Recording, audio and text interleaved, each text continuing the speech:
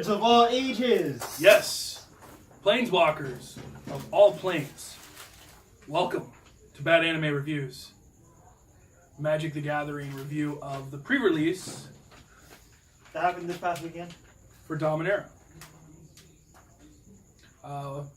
Sadly, Bane did not attend, I was busy. but even though we went on Sunday and it wasn't a big turnout, it was still fun. We did enjoy it. We would like to review some of the cards and some of the strategies that we saw from what we were able to gather from people, even though a few of them were, I don't want to straight up say cheating, but I also want to say like leaning heavily towards the fact that he played 4 fucking days worth of the fucking game. So I would like to say, like, we went on Sunday to Ideal's pre-release at 1 p.m. Pre-releases started on Friday all over the island. Thursday night all over the island. One of the guys that was there for the ones that we were at was there for 4 different. He did 4 different pre-releases before this one, and it seemed like his deck was a lot more stacked, way more consistent than it should have been. Than your normal pre-release deck would be. Like, if you're just making out of the 6 packs that you get, it wouldn't be that consistent. Unless he got like fucking god like luck and got like multiples of like the exact right copies of cards that he needed for a deck. Plus a planeswalker? I mean, come on. Plus a planeswalker. Or 2. I don't know. I only saw Yeah, you only had card, but I'm just saying. Yeah, I did almost beat him though, but he came back. Like, I had 1 life, he had 5. He got me to the 1 life because of Karn. I would like to say that for my first event, I did achieve vengeance for Kode over here. I was able to do that thanks to my knighted bird. The fact that I couldn't pull the win myself, but it's alright. Let's get back onto the actual set itself. So the set seems to be pretty interesting. I like the fact that there's a lot of legendaries in it. A lot of people say that they don't like it, but I like the fact that there's a lot of legendaries because it plays with the new mechanic that we have, the historic mechanic. Like, if the set didn't have that much historic cards in it, the historic mechanic itself wouldn't work. Yeah, the historic mechanic wouldn't really like mean anything. And for those of you who haven't played it yet or seen it, the historic mechanic is that any legendary, saga, or artifact card is considered a historic spell. So casting those with the historic mechanic gives you some extra benefits from certain cards. Sagas, that one was kind of weird, but I did like how it played out. Like, it was an effective use. I've only gone up against one person that used 2 sagas. I should have used my second one. They're actually pretty decent. Like, yeah, the ones that he played cost a lot, but because they were able to get it to the 3rd, yeah, it was devastating. I would like to. There's very few cards that were put out, at least that I saw with everybody playing, that were able to take out any enchantments and stuff. I mean, they do have one. It's X1 or X Island cost, where you counter whatever spell. It doesn't matter, any spell, which that kind of annoyed me. Exile, right? Exile, but it was unless they pay X, and that one guy had like way too many of those to have gotten him out of 6 packs. I just want to say, if you like playing goblins, there is a goblin card that came out that is specifically meant to not die to that card. there are some really good cards that came out. I want to say that during the event, my lifesaver, the greatest card that came out, in my opinion, is the one little bird. He is an island bird. He's 1 cost. He's a 1/1. He's something apprentice. I can't remember what it is. It's like Acolyte apprentice or something like that. But he's a 1/1 flying, where every time a historic or spell is cast, his mechanic is that you get to scry 1. But the best part about him is, I had a white card called Dubbed, which allows you to put a 2/2 counter on the creature, and he then becomes vigilant. And he's considered a knight. So I knighted my bird, and my bird fucked up everyone. So your bird was 3/3? My bird was amazing. The bird turned from just a normal bird Into that a knight. studied books because it scries, right? Into becoming a knight. You also equipped the sword I to equipped the damn sword to the thing. fucker. Gives him an extra 3/3, so he becomes a 6/6. So I need you guys to think about this. Yeah, like the sword counts as a historic card also because it's an artifact. So you scried. So anyway, picture a small tiny bird, right? Right? With the class of a knight, holding a sword in its 2 feet, and swinging it and cutting people in half. That is literally what happened with his pre-release.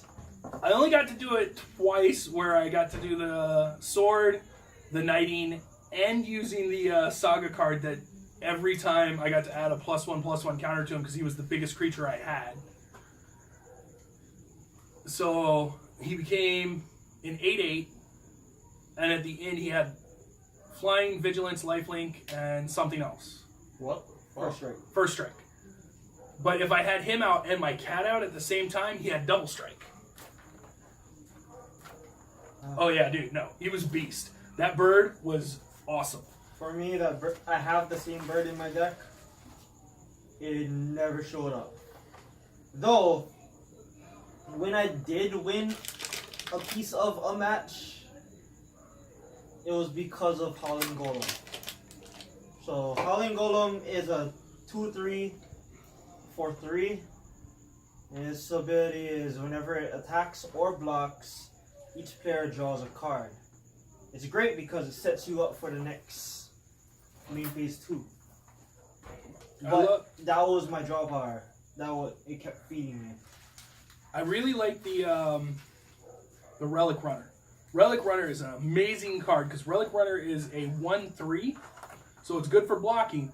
But Relic Runner gives you the ability that any car or any creature you control that has 1 for either toughness That's not or Relic Runner. power. Yeah, it is. That's the one that makes them unblockable. No, that's not Relic Runner. Yeah, it You're is. talking about the kind, the Chinese looking girl that makes doors. She's the Relic Runner. Really? Yeah, That's her last. that's Oh, hers. Fuck! I thought you were talking about the other one. No, Relic Runner is the island chick. It's a 2 cost to bring her out. She makes your anything that has a toughness or a power of 1 unblockable. The one that I wanted. Yeah. That you got. Okay, I was going by her name. That's why her fucking name is like some weird ass Asian shit. Yeah, no. The card's name is Relic Runner. Because I remember. So Relic Runner is the second half of her name. Then. No, it's just like the No. card title is Relic Runner, and that's the one that gives you the unblockable. So like no. Fuck, never mind. I got it. Bring it up. Is it on this one that I searched? He's gonna look it up. It's on this one that I searched it. Because I knew about this card when the fucking leaks started happening, and I wanted this card over everything else because it's fucking amazing. Relic Runner is the one that I ran in my deck, and it's not the same one he's talking about. Basically, the one that I had in my deck, its ability was if you play a historic card, it became unblockable for that turn. The one that No. the one that he's talking about is the Chinese or Japanese bitch that makes the other things plus her unblockable. So what you're saying that your whole board can be unblockable? If they're one or one. So only one's gonna be unblockable. If they have a Oh no, one, Relic Runner is the one you were talking about. Yeah, yes. hers was. She's the other one then. Either way, she was awesome. Now I gotta remember which one that is. Fuck. I should have brought my cards. But Anyway, she makes your creatures unblockable as long as they have a 1 in either your power or your toughness. On either their power or their toughness. which will fuck a lot of people up.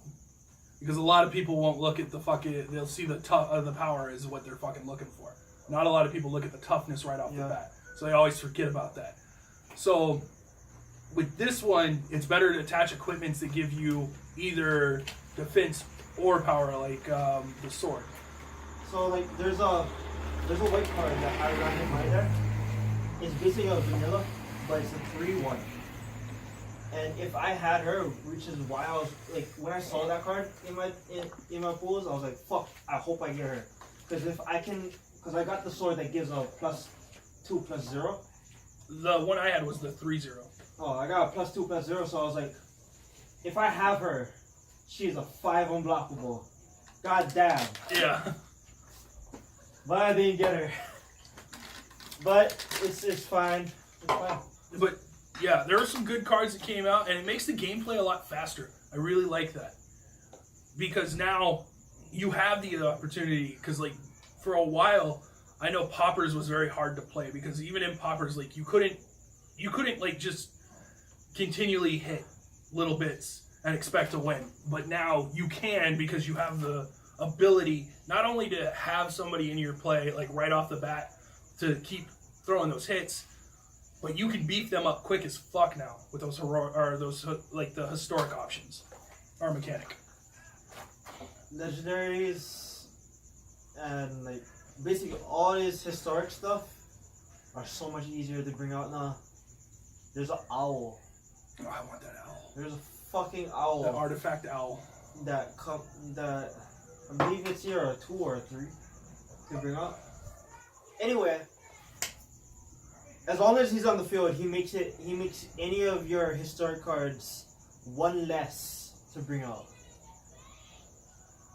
So all your planeswalkers, artifacts, your legendary demon lords, are all 1 less to bring out. There's also another artifact that came out this set, and I'm actually basing a deck around that card. It makes it so that any historic card that you want to play, you have the option of playing it for 4 instead of its mana cost. Which basically is all artifacts. Yeah, and like think about if Emrakul was still in standard. If Emrakul was still in standard, it was a legendary creature, right? Yes. That was a 12 drop. Drop that on turn 4. You get multiple extra turns because of that shit. I would also like to say, like, there was a lot of good cards that we got. Like, considering we only paid for the 1 pack, we paid $20. I don't know what all you walked away with, because I wasn't able to look through any of your cards to see what other values you had. But I do know that out of the ones I have, I had $90 plus worth of cards. That's a good profit. 45 plus. The card you're looking for is Theron Temporal Gateway. You may put a historic permanent card from your hand onto the battlefield for tapping and 4. Fucking amazing. On top of the whole fact that like you can untap that bitch with another card. There's another. I'm pretty fucking sure there's another artifact in this set that can. Actually, yeah, I have it. It's where was it? I think it's the Voltic Servant. At the beginning of your end step, untap target artifact. I have 2 of them. Okay, I just want to thank Wizards. When I heard Dominaria was coming out, I was like, fuck yeah, Phyrexian shit, right? I was disappointed there was no Phyrexian mana. So, but even though we didn't get the Phyrexian stuff and Blood Mana and stuff like that, we got a card in tribute to them. On top of the fact that I love this fucking mechanic. What is the mechanic? I love the historic mechanic. The historic mechanic is awesome, dude. So, if you guys want to know what card is tribute to the Phyrexians, it literally says Phyrexian in its name. I believe it's a black card. It's a saga. Oh, and the owl is Jihorian's familiar. He's a flying bird, artifact bird. He's a 4-drop. He's a 4-drop, 2/2. Historic spells you cast cost 1 less to cast. I don't care if he's a 4-drop, he's still amazing.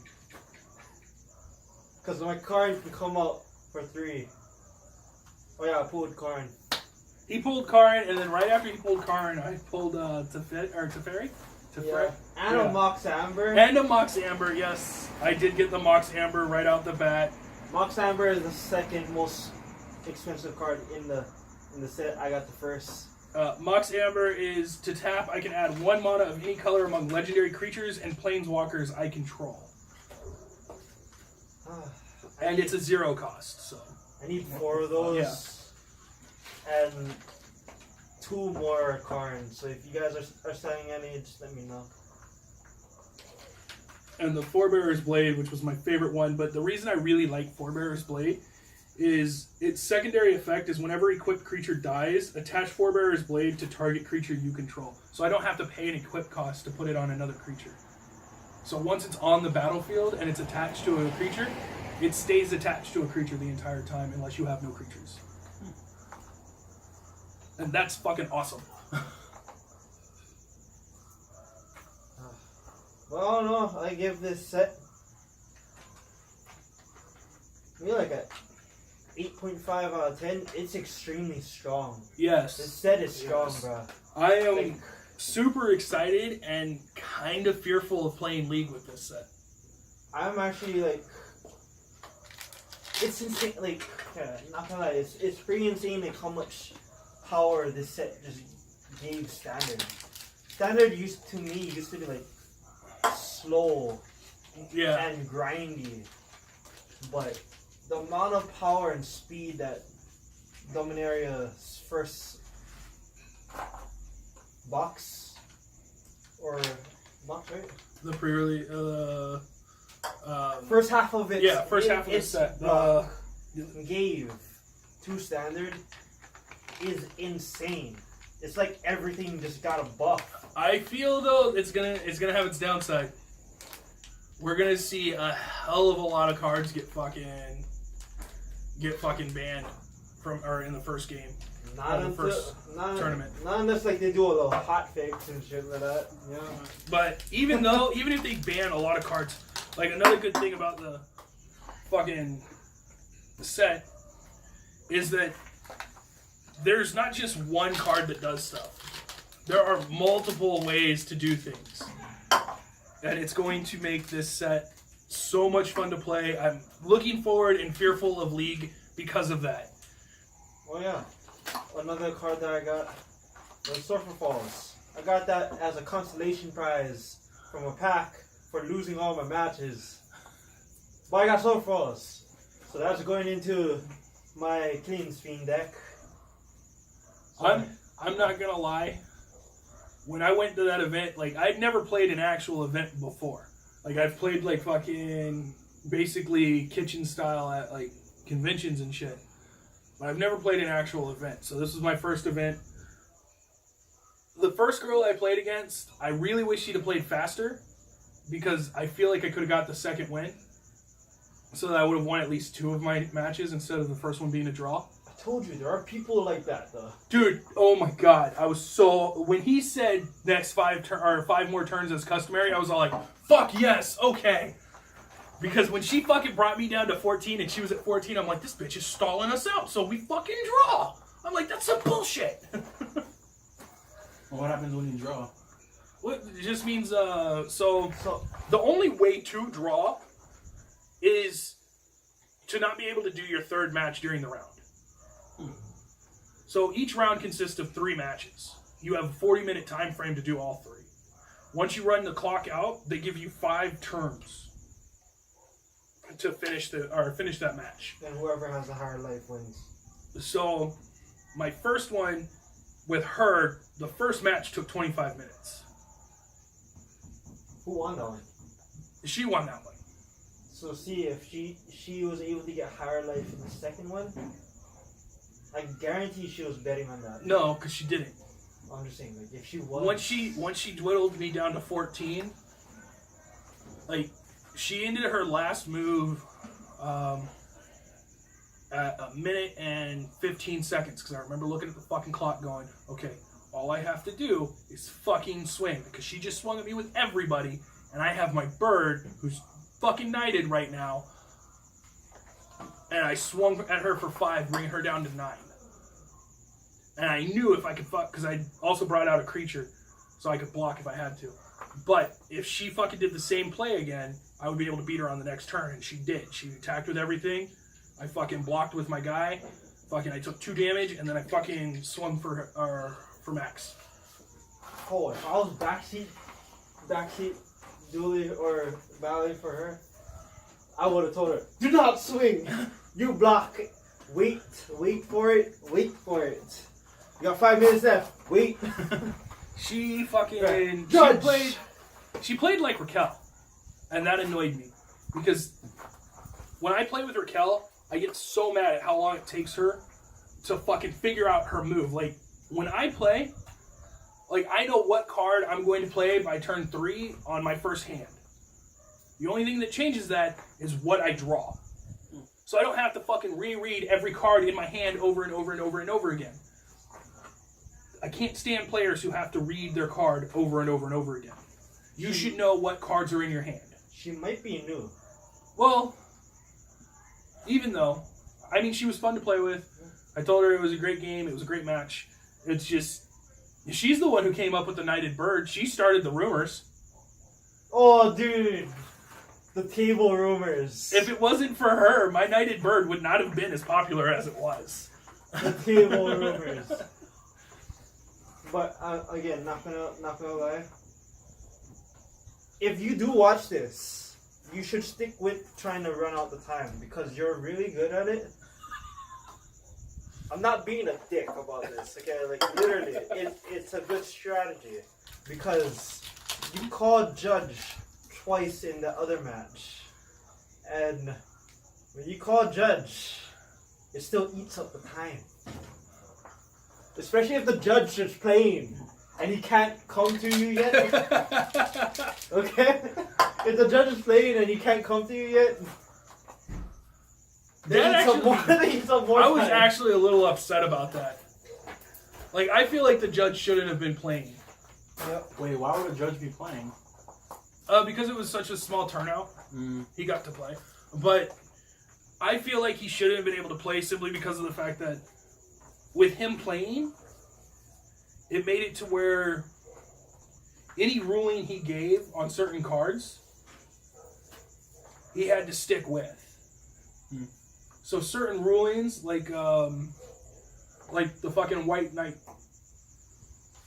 the one on horseback. Oh yeah, that's complete bullshit. Dude, I feel like that ruling was a complete fucking bullshit ruling because even though like it didn't affect the game we were currently playing, but the fact that that's how he read the rule A annoyed swamp me. is still a black permanent. Wait, what happened? Alright, so this card I have is he gets a +1 and he has first strike. But he only gets the +1 if somebody if basically there's a black permanent on the battlefield. So I had stolen this guy's permanent and put it on my battlefield. He pulled it out during his turn. At the end of his turn, its summoning sickness should have been done. But he told me that it still had summoning sickness, so that pissed me off first. Then when I went to attack with my knight, the guy told me, oh, no. I don't have a black permanent. I'm like, but I do, and you have a swamp on yours. And then the judge, like, he asked the judge for the ruling, and the judge said the ruling is that a mana counts only as a permanent It's a colorless permanent. And It's that, not to me, colorless. is bullshit. Because it is not colorless, because a swamp in itself can only be used as a swamp. Swamps are black, plains are white, dual color. It's a black permanent. Dual color lands are dual color unless it is literally a colorless land.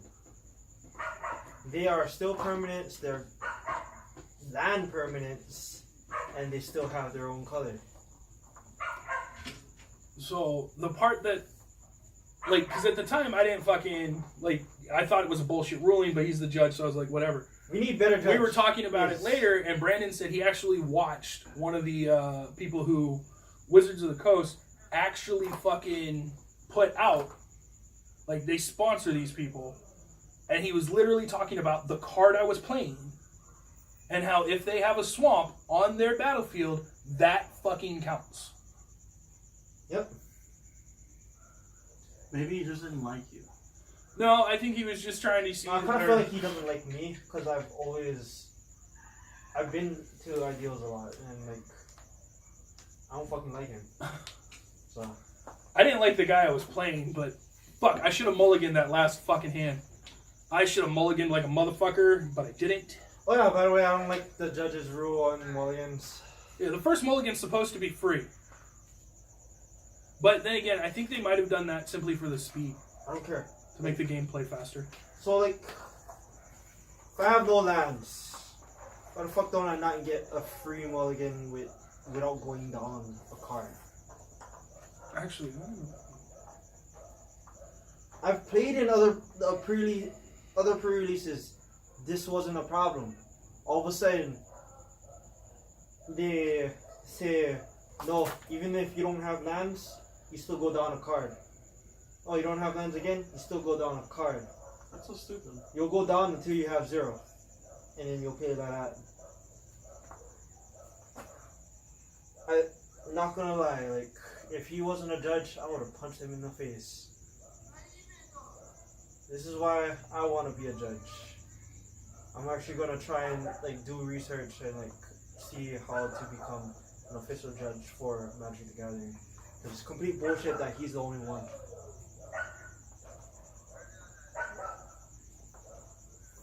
Without having multiple judges at a event, like everything that he says go like literally is what he says. There's nothing to challenge it.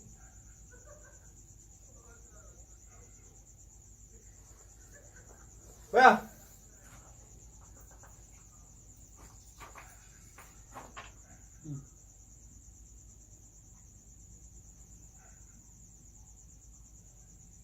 stock stars. Anyway, so let's see what else. Oh, what I found kind of weird is the fact that Ideals is actually sponsored by or recognized by Wizards also. So right after the pre-release, they were having an actual pre-release party where you could, if you had the money, they would let you buy as many pre-release packs as you want. Everybody only gets one. During the event, you only get the one. You can't go in and pay for 2 and get 2. You only get the 1.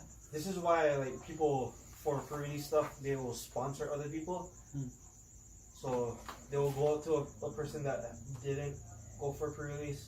Hey, I'll sponsor you $20 to enter the pre-release. I'll take what I want from it. You keep the rest. Which is actually a very, very good trade. Because they're getting free cards. Yeah. And they get to play in the tournament, which helps their fucking score because it goes against your DCI number. So, a lot of places won't let you just purchase the pre-release and then just like walk out with your cards. If you're doing the pre-release, you have to stay for the first round of the game. So, when you do it, you can only buy the 1. You can't buy 2 pre-release kits because you can only register yourself once.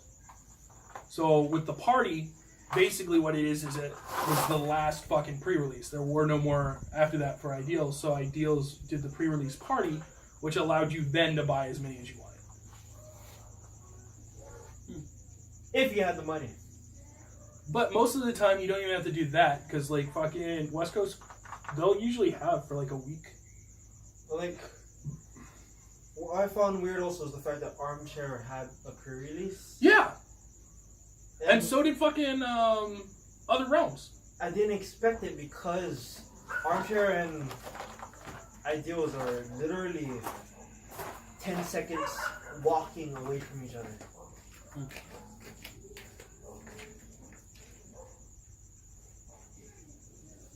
Well, that was our Magic segment. Stay tuned. I'm going to buy a booster box at the end of the month.